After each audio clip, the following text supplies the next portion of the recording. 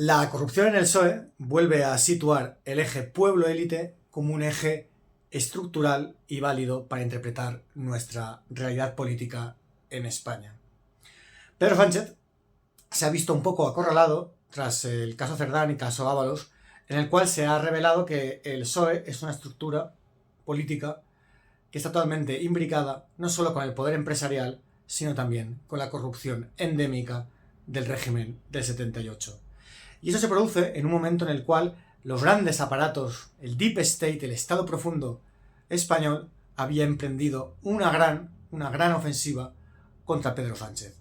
Una ofensiva judicial, una ofensiva mediática y una ofensiva de intentar desplazar lo que expresaba Pedro Sánchez en relación con lo que se quiere hacer tanto en España como en Europa, que es grandes pactos bipartidistas para cerrar cualquier tipo de alternativa popular al régimen de poder establecido en la Unión Europea y sobre todo en Estados Unidos.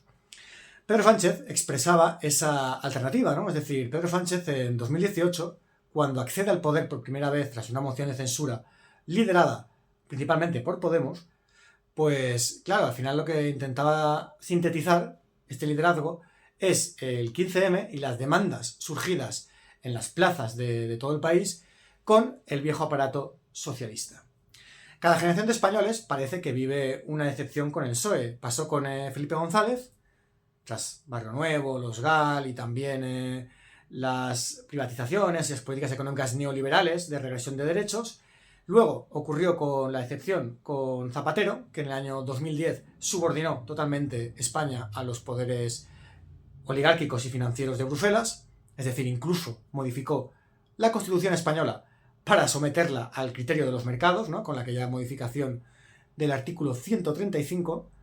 Y por último ahora, Pedro Sánchez, tras el caso de corrupción estructural que acaba de salir a la luz, pues parece que también va a ser una decepción más. Lo que ha pasado en España estos años es realmente interesante, porque en toda Europa hemos visto esa tensión entre, por ejemplo, el liberalismo europeísta y el ascenso de la ultraderecha o de las fuerzas que impugnan el orden de la globalización tal como se había dibujado entre el año 91 y 2008. Quitando Francia, donde Mélenchon logró abrir una tercera pata popular, un tercer bloque popular a estos dos ejes que se van dibujando en toda Europa, entre liberales y nacionalistas o autoritarios nacionales, pues en España Sánchez todavía no estaba totalmente encuadrado en lo que sería la socialdemocracia clásica europea o ese bipartidismo que quieren instalar con todas las fuerzas posibles en el conjunto del continente.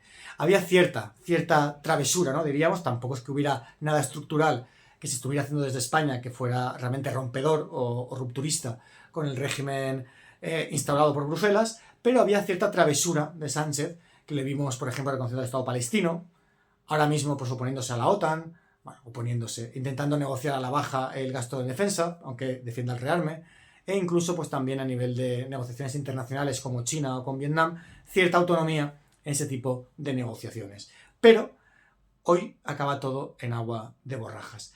También lo que tenemos que tener en cuenta es que estos 7 años de gobierno de Pedro Sánchez no han supuesto un cambio sustancial en el reequilibrio de fuerzas en España. Es decir, aunque hayan grandes actos y gestos simbólicos en favor de esas dinámicas o políticas de cambio, no hemos visto nada sustancial. No hemos visto, por ejemplo, que el acceso a la vivienda sea mejor para la población. No hemos visto cambios sociales profundos, más allá de a lo mejor el SMI, que aquí, bueno, al final el SMI, más que una política estratégica, ha sido simplemente una desmitificación liberal de que subir salarios provocaba más paro, porque no ha ocurrido, pero más allá de esa butat un poco académica, ¿no?, contra el economista liberal, los economistas liberales, no ha supuesto tampoco un cambio y un reequilibrio de fuerzas en los salarios en el conjunto del país. Y estamos además en un momento en el cual hay mucha desafección, en el cual hay mucho descrédito de lo público y un poco de la institucionalidad pública, tanto española como europea. Europa atraviesa un declive, una fase histórica en la cual va perdiendo posiciones en el mundo. Y esta pérdida de posiciones genera angustias legítimas en la gente. Además, vemos como hay gran parte de las poblaciones europeas, sobre todo las trabajadoras, que que se han visto excluidas de los beneficios de la globalización, que se han sido olvidadas, que han sido condenadas a la precariedad y que además han sido excluidas del espacio público de representación. La extrema derecha capitaliza ese descontento y ese malestar que ya es latente tanto en España como en el conjunto del continente. Y lo que pasa es que la extrema derecha, aunque legítimamente intente capitalizar esos malestares que son reales, es decir, que en el fondo pues se aprovechan de algo que existe realmente en la sociedad, en el fondo todo va a redirigir para reformular el poder por arriba. ¿Por qué? Porque son los de arriba, son parte de la oligarquía. Es decir, lo hemos visto con Trump. Trump, por ejemplo, prometió aislacionismo en Estados Unidos, American First, prometió paz, prometió que nunca más iba a intervenir en ningún conflicto exterior y casi a los 6 meses de su gobierno, de su administración, pues ya ha intervenido en Irán y a lo mejor desencadena un conflicto global. Del mismo modo, vemos que ninguna extrema derecha, como Meloni, por ejemplo, Meloni lo primero que hizo cuando fue presidenta de Italia fue quitar lo que sería el equivalente al ingreso mínimo vital de allí. Es decir, políticas que van contra el pueblo, políticas que en el fondo son neoliberales, que en el fondo son las políticas que han llevado a esta decadencia o a este declive europeo. El liberalismo, hoy en día, es un disolvente social. El liberalismo económico y el liberalismo político lo que están haciendo es provocar que no exista ni comunidad, ni patria, ni tampoco una sensación de que se avanza hacia un estadio mejor de la civilización.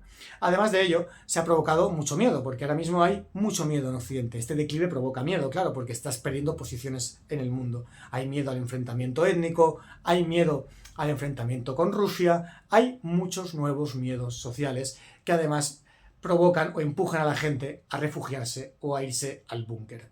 Por eso la extrema derecha capitaliza o intenta capitalizar ese tipo de sentimientos y de angustias que son pues muy reales y de las cuales hay que hacerse cargo pues, en general como pueblo. En todo caso, estamos viviendo una etapa final en España de un ciclo de cambio que ha subordinado a una de las izquierdas, a las izquierdas del PSOE, a la propia lógica de las élites, comprando el marco, por ejemplo, antifascista, ¿no? O sea, comprando al marco antifascista se ha disciplinado a la izquierda y se ha secuestrado emocionalmente a una parte del pueblo para que no pueda impugnar el orden existente y para que tampoco pueda impugnar las políticas maestras de la Unión Europea, sobre todo, por ejemplo, las que tengan que ver con el capitalismo verde o las que tengan que ver con los valores ilustrados que intentan oponerse al resto del mundo o a la multipolaridad naciente del mundo. Es decir, ahora mismo tenemos un problema porque no existe esa capacidad de impugnar desde lo popular a las élites. Pero, aunque eso pase ahora, es cierto que hay una caja de herramientas nueva, una caja de herramientas que puede desempolvarse, por ejemplo Gramsci, con sus cuadros de la cárcel y su hipótesis nacional popular, pero también incluso se puede desempolvar teorías revolucionarias o reformistas radicales para intentar redirigir todos los malestares hacia horizontes en común y horizontes que sean válidos. La corrupción puede ser interpretada de varias maneras, porque es un significante vacío. Es decir, hay gente como el Chocas que te va a decir que la corrupción es culpa de los impuestos, o que los impuestos y corrupción es más o menos lo mismo, ¿no? Te hacen esa asociación.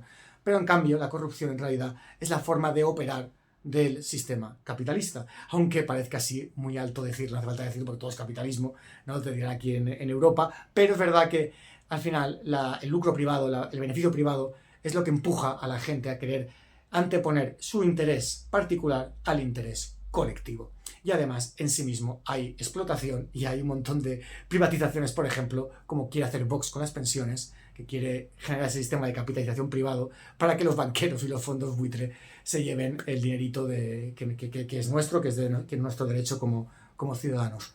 Con todo esto, es importante tener marcado el rumbo de aquello que Pedro Sánchez expresó en su momento, en su tiempo, que expresó cierta esperanza, o bueno, cierta capacidad de cambio, de cambiar algunas cosas en España, que nunca llegó a nada en particular, pero que se debe redirigir a nivel popular y rehacerse popularmente, sabiendo que el Partido Socialista forma parte de un bipartidismo con el PP totalmente estructural de España y que esa lógica debe romperse si al final se quiere o se aspira a que este país pueda recuperar cierta capacidad de soberanía, cierta capacidad de empuje popular y cierta capacidad de autonomía estratégica para hacer frente a todos los desafíos que tenemos por delante como humanidad.